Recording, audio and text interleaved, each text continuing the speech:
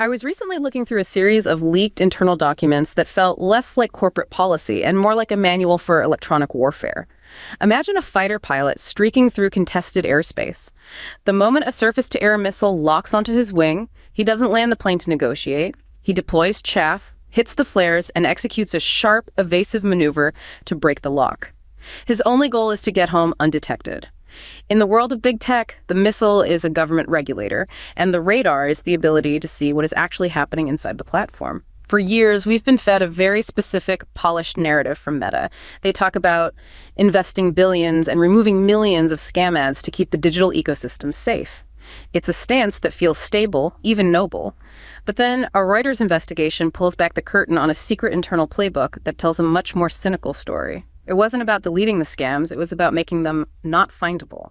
The documents describe a tactical system designed to detect when a regulator is searching for fraud and then effectively dimming the lights. Meta was mimicking regulator queries to see exactly what the authorities could see, then cleaning up only the most inspectable surfaces to protect their revenue. It's a defensive technology aimed at reshaping what is targetable. What struck me wasn't just the deception, but the cold clinical logic of the interface. It reveals a phenomenon I call hunting squared. You have the regulator hunting the company, while both are being hunted by the public camera, the press, and the attention cycle. This instantaneous shift from protecting users to managing the radar suggests a bizarre new reality. In the game of platform risk, the goal isn't to actually put out the fire. It's just to make sure the smoke doesn't show up on the inspector's screen. It makes you wonder if everyone is busy managing the camera, who is actually managing the system? That's a powerful way to put it. Hunting squared. It implies the system isn't being managed at all. It's just being insulated. Insulated. Yeah.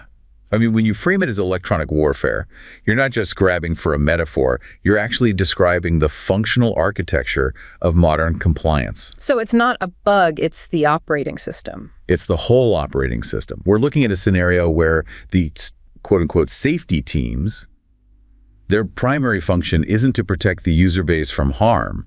It's to protect the company's asset value from regulatory discovery. That's the mission. And if they're jamming the radar, that implies they know exactly where the missile is coming from. They have to know what the regulator is looking for in order to hide it. Absolutely. Which sort of contradicts that whole oops, the algorithm made a mistake excuse we always hear, doesn't it? Well, the oops defense is part of the chaff, right? It's another flare you deploy to distract from the maneuver. The reality is these platforms have built a whole secondary layer of technology. I'd call it a containment manifold that sits between the raw, messy code and the outside world. And that's not an accident. Not even close. It is the result of a very specific, and I would argue very cold, economic calculation. Fixing the underlying problem, the scam ads, the child safety issues, all of it, that would require a fundamental ground-up restructuring of the ad bidding engine. Which costs revenue, a lot of it. A catastrophic amount of revenue in their eyes. But building a dashboard that effectively lies to a regulator, that's a fixed cost. It's an engineering project, and it is much, much cheaper. So we really are talking about the industrialization of evasion. We are talking about the systemic prioritization of what we would call survivability over safety. The platform needs to survive the audit. Whether the user survives the scam, well, that's a secondary concern. So for a deep dive today, that's what we need to dismantle, the mechanics of this. Exactly. We need to take apart how this machine actually works. I think we can break it down into 3 specific areas. First, what you call the observability trap, how these dashboards are actually built to be rigged from the start. Second, the geoeconomic arbitrage. This is how they move risk across borders like a shell company moves cash. And third, the massive, and I mean massive, structural debt. This is the financial and the technical rot that is just quietly accumulating behind all these shiny interfaces. Right. Let's start with the dashboard then, the observability trap. I heard a story about a junior auditor in Brussels who spent 6 months staring at a specialized transparency dashboard provided by a major social media firm. To him, the interface was a masterpiece of clarity green check marks across the board, showing that 99% of flagged scam ads had been addressed. He felt proud believing the system worked. However, imagine the reality behind that screen. In a glass office in Menlo Park, engineers were reportedly fine-tuning the very dashboard he used, ensuring it only pulled data from surface-level repositories, while the actual high-frequency scam engines operated on a legacy architecture the dashboard couldn't even see. The auditor wasn't looking at the platform. He was looking at a high-definition painting of a clean room while the actual factory was building behind the wall. Watching this play out, I can't help but feel a sense of profound unease. As a creator who tracks these tech giants, I see this as the ultimate observability trap. We've entered an era where the regulator's eyes are effectively manufactured by the regulated. It's not just a technical glitch. It's an institutional failure where the interface becomes the only reality that matters for the law, leaving the systemic rot to grow in the shadows of the unobserved code. That auditor in Brussels, I mean, you have to feel for him. He was essentially playing a video game designed by the very person he was supposed to be policing. He thought he was the cop, but he was just another user. As we call it, institutional inversion. In a normal, sane regulatory environment, the inspector brings their own tools, right? If you're inspecting a restaurant for health code violations, you bring your own thermometer. You don't ask the chef, hey, does this chicken feel cooked to you? You would never do that.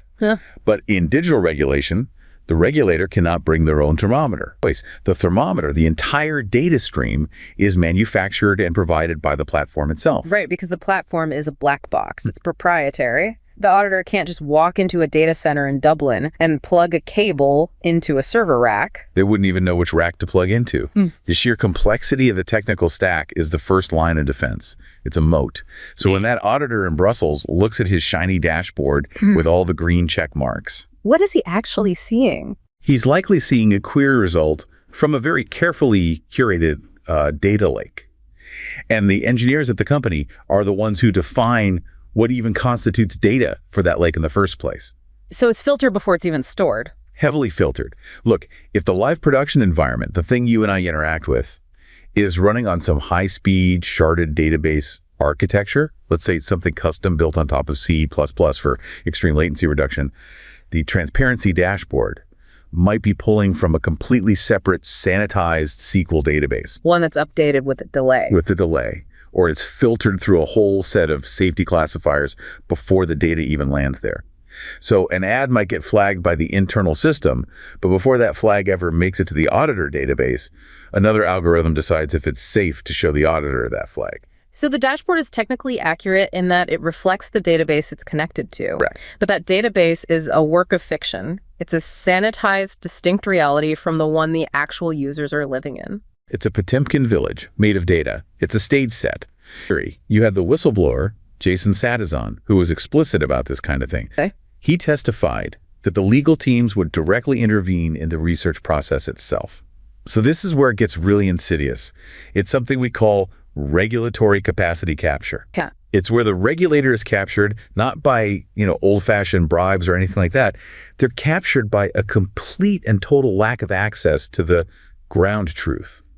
The platform controls the information flow so completely that the regulator's capacity to even ask the right questions is compromised. So if the dashboard says, we removed 99% of hate speech, so that percentage is calculated based on what the system decided to flag as hate speech in the first place. It doesn't include the millions of posts the system completely missed or was designed to ignore. The denominator is rigged. It's like saying you cleaned 99% of the floor, but you're only counting a tiny corner of the room as the floor. And that is a perfect example of how the interface becomes a weapon. Yes. How do they actually distinguish between a regulator and a normal user? If I'm an auditor in Brussels and I go to the site and I search for, say, high-yield crypto investment, why do I see a page of clean, legitimate results while my grandmother in Ohio sees a page full of scams? Okay, this is the really clever and, frankly, disturbing part. It involves techniques like gray boxing and environment detection. Gray boxing? That sounds like something out of cybersecurity. It's a technique often used in malware analysis, actually. Malware will often behave nicely, won't do anything malicious, if it detects that it's running inside a security researcher's virtual machine. It knows it's being watched, so it plays dead. Exactly. And platforms can do the same thing. On a simple level, they can whitelist the known IP address ranges of regulatory bodies like the EU Commission or the FTC. So any traffic coming from those offices gets a special, clean version of the site. A regulator mode. A regulator mode? Yeah. But it gets more sophisticated. They can also analyze the behavioral signature of the account itself. Think about it. A real user scrolls, they click on things, they pause to watch video, they get distracted.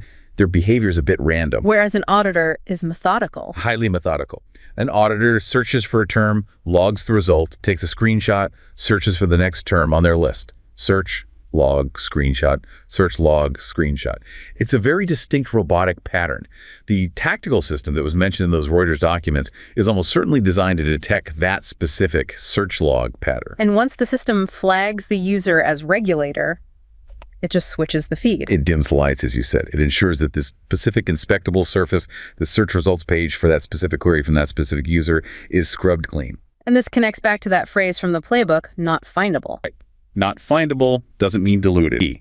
It means removing the index path that connects the search term to the scammy content, but only for that specific user class. The content itself is still live on the platform. Still there, still generating revenue from every other user who hasn't been flagged as a regulator. It's still scamming your grandmother in Ohio. That feels incredibly risky. If a regulator ever found out they were being actively sandboxed into a clean version of the internet, that's obstruction of justice, isn't it? That's a huge crime. But it's incredibly hard to prove. And the platforms know this. The company can just argue that the auditor's account has, say, high safety settings enabled by default because it's a new corporate account. Or they could just blame the algorithm. The classic excuse. It's the perfect defense. The algorithms are non-deterministic by nature. If you and I sit side by side and search for the exact same thing, we get slightly different results. That's just personalization. So they hide the deliberate evasion behind the inherent chaos of the algorithm. This is what you were calling the ventriloquism effect. The regulator thinks they are seeing objective reality, but they're just hearing the company's voice thrown through the puppet of the dashboard. The dashboard is effectively saying, look over here at these shiny green check marks. Don't look over there where the factory is on fire. It's gaslighting as a compliance strategy. And a very effective one. I mean, the Satizan testimony, again, it's so critical here.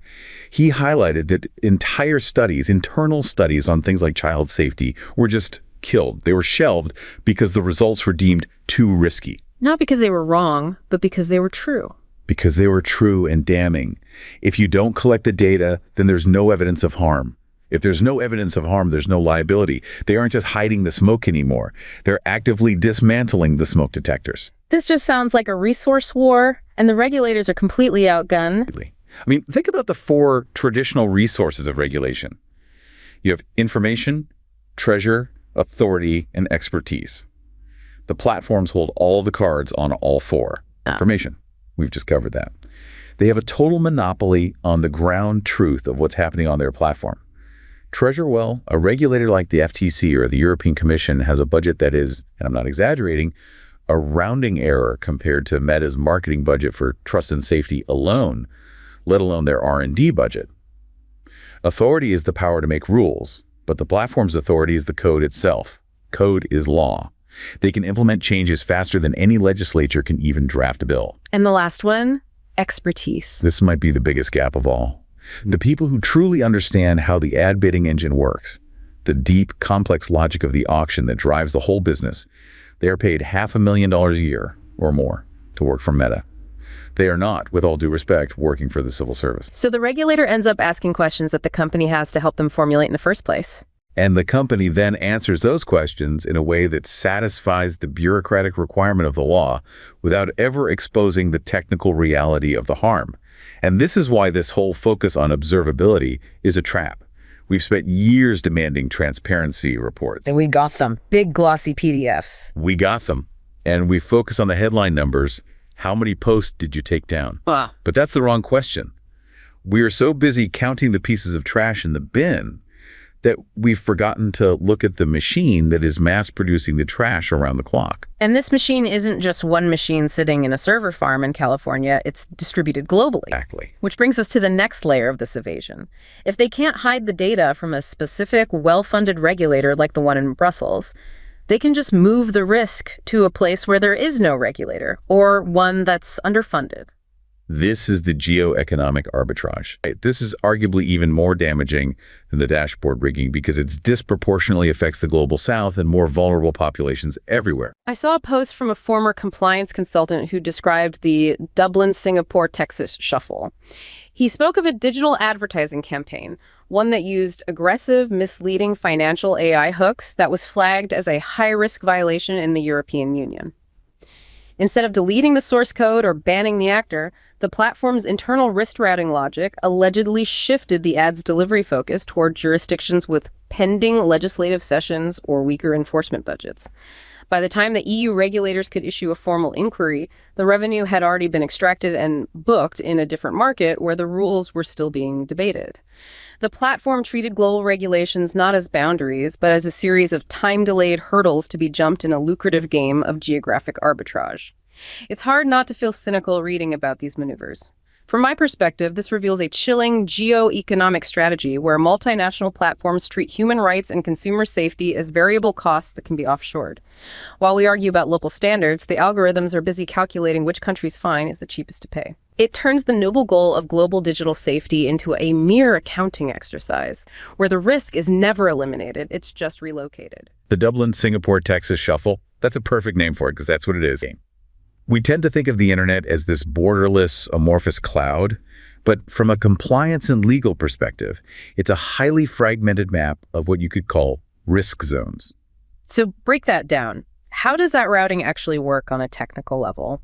Let's say I'm a scammer in Romania and I'm targeting users in France with my fake crypto ad. The French regulators flag my campaign. What happens next? How does the platform shift my scam to Texas? Okay. So it all happens at the ad auction level in milliseconds. That risk routing logic is likely just an additional variable that gets plugged into the bidding algorithm. So it's part of the math? It's just part of the math. Usually the algorithm optimizes for a simple formula, something like conversion probability multiplied by the bid amount. That gives you the expected value of showing the ad.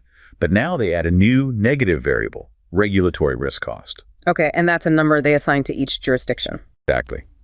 If your ad is flagged as borderline or high risk in the EU, the regulatory risk cost is sky high because the fines under GDPR are massive. They can be up to 4% of your global turnover. That's a terrifying number. So the algorithm looks at the ad in France and sees that the expected value is now negative because the potential fine outweighs the potential revenue. Correct. The math doesn't work out. But in a jurisdiction where the consumer protection laws are still pending or where the enforcement agency is chronically underfunded, say parts of Southeast Asia, or even certain U.S. states without strong privacy laws, that regulatory risk cost is close to zero. So the algorithm automatically stops bidding for eyeballs in Paris and starts bidding for eyeballs in Houston or Jakarta. The scammer in Romania doesn't even have to change their campaign settings. The platform does the arbitrage for them, automatically optimizing for the highest revenue at the lowest possible legal risk. So the total amount of human suffering, the number of people who get scammed by this ad remains constant. It doesn't go down. Or it even increases. Because the populations in those low enforcement zones might be less digitally literate. They might be more vulnerable to that specific type of financial fraud. The harm is just exported. This is what you meant by strategic fragmentation. Yes. For a while, there was this optimistic idea called the Russell's effect. The theory was that because the EU's rules, like GDPR, were so strict, companies would just adopt them as their single global standard because it's easier and cheaper than maintaining multiple versions of their product. But that was clearly naive. It was economically illiterate, at least in the context of digital platforms. If you make cars, it's really expensive to build a separate factory to make a safe version for Germany and a risky version for the rest of the world. But with software, it's easy. It's trivial. You don't need a new factory. You just toggle a few feature flags in the software. You create a fork in the code. The splinternet is already here. Yeah. It's just invisible to the average user because you only ever see the version of the internet you're being served in your specific risk zone. And the cost of not doing this arbitrage is huge. I was looking at that CCIA report.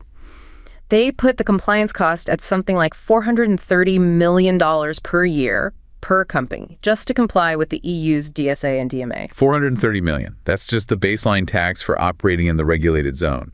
And if you project that out to 2030, they estimate a potential loss of revenue of $2.2 trillion across the industry due to compliance friction. 2.2 trillion. Trillion, with a T. So when you're looking at a number like that, the incentive to find ways to arbitrage that risk away isn't just a business strategy, it's an existential imperative. The fines themselves, they estimate between 4 and 12 billion annually. Companies just start to treat that as a cost of doing business. It's a tax, not a deterrent. So where does a country like China fit into this map? They aren't playing by the EU's rules, but they're certainly not following the more permissive US model either. China is a fascinating case here because they represent a hard constraint in this system. They aren't really part of this arbitrage game in the same way because they've implemented a very deliberate, sovereign AI strategy. Meaning it's a closed loop. It's a fortified ecosystem. The data localization laws, the state's control over the training models.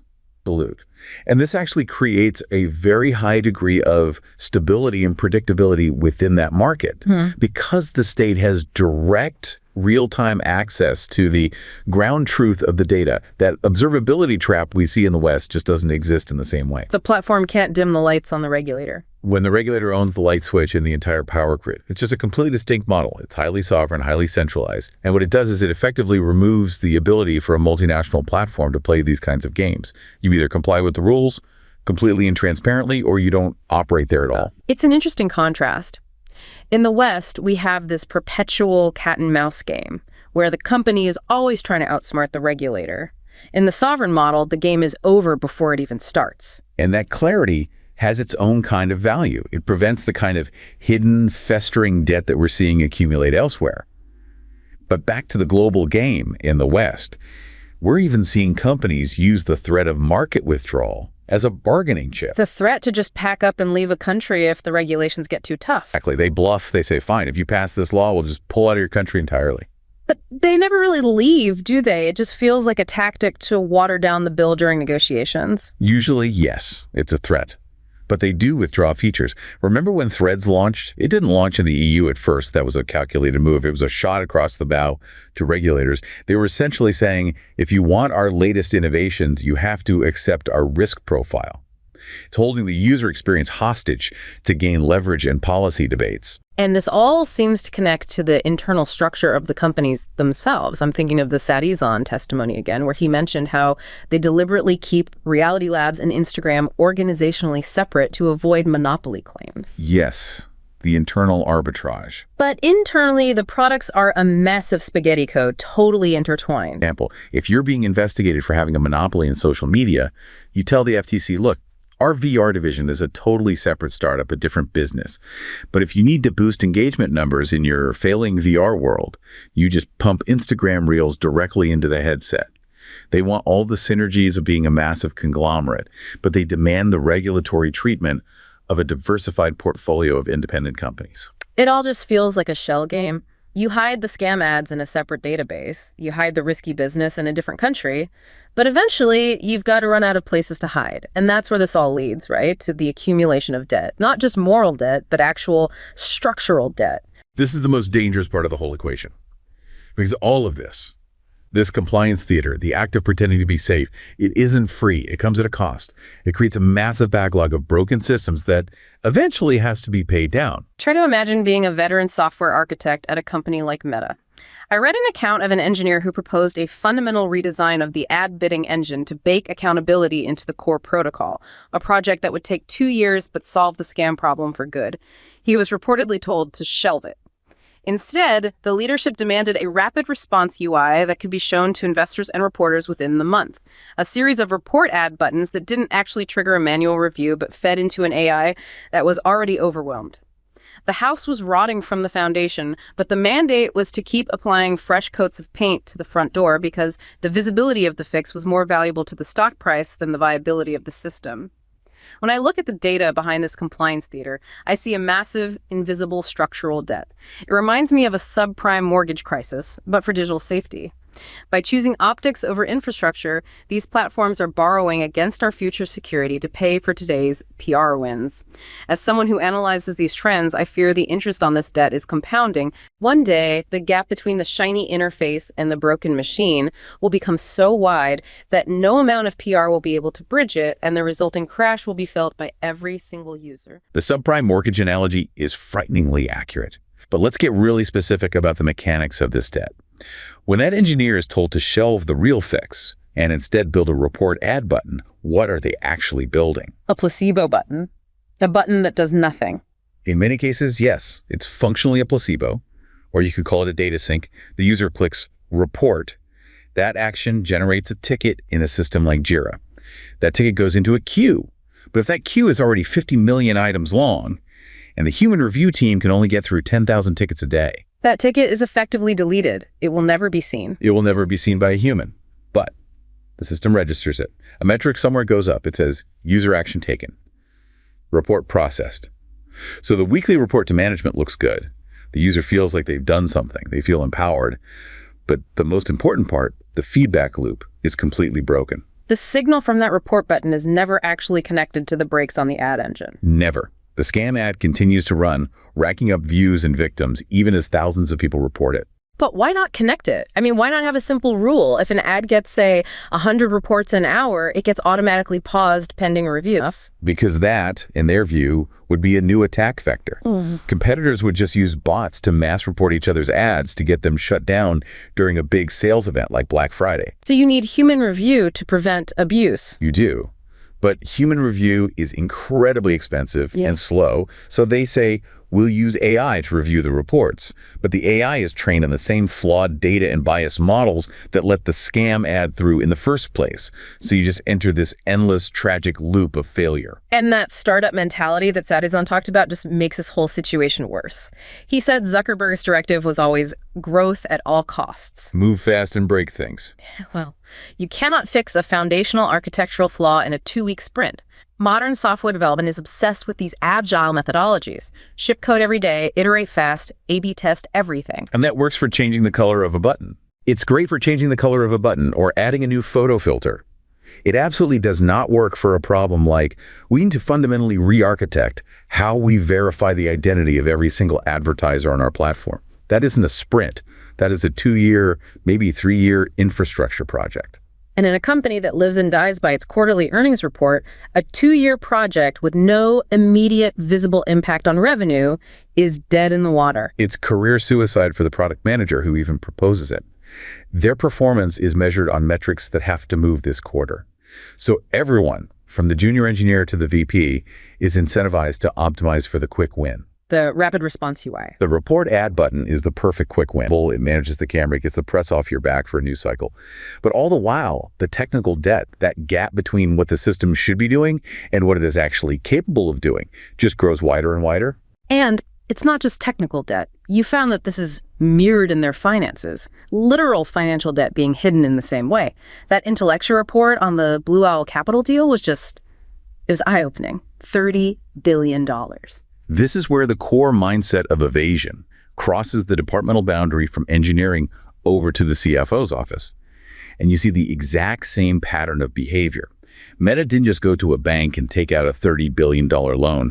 They engaged in a highly complex structured finance deal involving things called special purpose vehicles, or SPVs. Okay, walk us through the SPV. That's the same financial tool that was at the heart of the Enron scandal, isn't it? It's a tool, right? A hammer can build a house or it can break a window. An SPV is just a separate legal entity, a shell company. So simplifying it a bit, Meta essentially sells some of its assets, maybe future ad revenue streams or certain intellectual property rights, into this separate company, the SPV. The SPV, which is now on paper a separate business, is the entity that borrows the $30 billion from the lender, Blue Owl Capital. So because the SPV holds the debt, it doesn't show up as a massive liability on Meta's main corporate balance sheet. They get all the cash, but their crucial debt-to-equity ratio stays looking pristine for the shareholders and for the credit rating agencies. It's balance sheet arbitrage. Just like they use jurisdictional arbitrage to avoid fines and observability arbitrage to avoid regulation, they use financial arbitrage to avoid market scrutiny. It is a consistent cultural pattern of obfuscation. The goal is always to sever the link between the messy reality, the risk, the debt, and the clean perception, the stock price, the compliance report. But even if the debt is off the books, it still has to be paid back with interest. And the interest on $30 billion is not trivial. It creates this massive, desperate hunger for cash flow inside the company. And this brings us right back to the scam ads.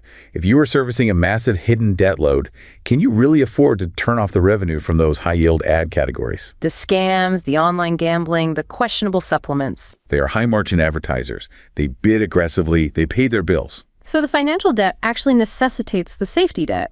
They need the dirty revenue from the scams to service the hidden loans that make their balance sheet look clean. It becomes a dependency, a feedback loop. You become addicted to the toxicity because it's the only thing paying the bills for your addiction to financial engineering. And this leads to what some researchers call secondary harm.